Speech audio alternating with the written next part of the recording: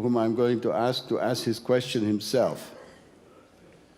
Mr. Foreign Minister, I understand all the problems that you mentioned that you had with the United States, such as on the CFE or on the missile defense. Apart from the fact that, or on the INF treaty, where you think that drones are like cruise missiles, I understand these problems, though I would add as a footnote that Obama finally took down, essentially, the European missile defense system. What I don't understand is, if you have problems with the United States, why did you make the Ukraine pay for it? By taking Crimea and being well on the way to annexing or splitting Ukraine. What did the poor Ukrainians do that you punished them for the malfeasance of the United States?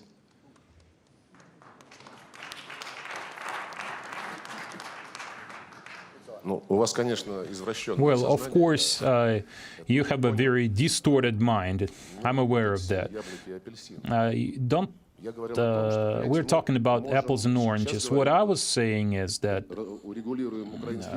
let's resolve the Ukraine crisis and the entire security system will start working all by itself. No, it's vice versa. Of course, we need to address the crisis. This is our utmost priority, but we also cannot ignore the fact that all the agreements we had after the end of the Cold War, they're not observed.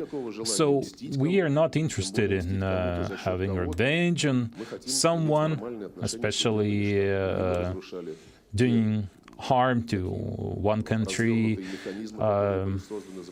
to spite another one. No, it's not like that.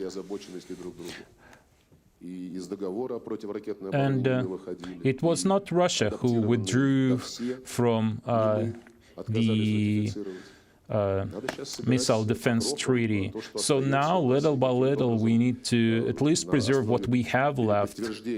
And we need to reaffirm the Helsinki principles and finally come to an agreement about the common security system where everybody would feel comfortable. Ukraine, Georgia, Moldova, all the countries that are facing, that our American partners face with a choice of whether going with the West or being. And I know that U.S. ambassadors, that's the kind of instructions they receive from Washington. I see Alexander Veshbo sitting here. Just recently, he gave an interview and he said that NATO is the most peaceful bloc in the world, and actually this is the cornerstone of European stability and security. Well, who bombed Yugoslavia, let me ask you? Who bombed Libya in violation of UN Security Council resolution?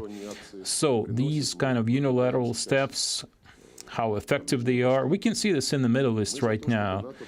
We think that NATO should not be an exemplary entity, as some people want to make it look. No, it should be an equal partner in the security process. What's wrong with that? Do you want all the other countries to admit that they're inferior compared to the United States and NATO? I don't think so. What happened in Ukraine, just recently, President Obama said openly that the United States brokered the power transition process. So, well, this is very modest of him, because we know what actually happened and who discussed, who had telephone conversations and openly had discussions what kind of people should be in the new Ukrainian government and what is happening today, who monitored the situation on the Independence Square. Our military was not there, our military experts were not there. So we really want the Ukrainian people to restore the unity of Ukraine, but this can only happen based on a nationwide dialogue.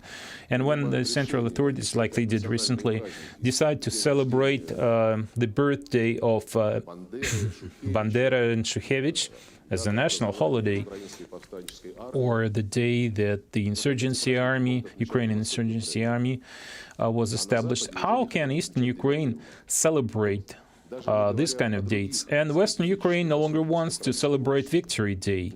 This alone requires some kind of a political agreement. Probably some people here are ashamed of mentioning this, but we know that there's a mobilization campaign happening in Ukraine right now, and Hungarian, Romanian minorities feel being discriminated, and Hungarians and Romanians are conscripted much more often than ethnic Ukrainians. We should also address this issue. There are other minorities living in Ukraine. Why cannot they have equal rights with others? I know that when during the parliamentary election, Hungary, the Hungarian minority, asked to rearrange election districts in such a way that at least one Hungarian would make it into the parliament. But no, they eventually not one ethnic Hungarian made it into the parliament. And the West ignores all these problems. I talked to them about the illustration law. When you talk to people one-on-one, they all say it's a terrible law, but why don't you say this publicly? Well, they say that we need to support the Ukrainian authorities. We shouldn't criticize the Ukrainian government at this point. So what can you say in this kind of situation? So I think what the presidents of France, Russia, and the German Chancellor did yesterday, I think this will be productive, and I hope that conflict parties will support this initiative, and this will help us pacify the situation and start a nationwide dialogue in order to address all sorts of issues in Ukraine, social, economic, political, and so on. Thank you, Sergey. We have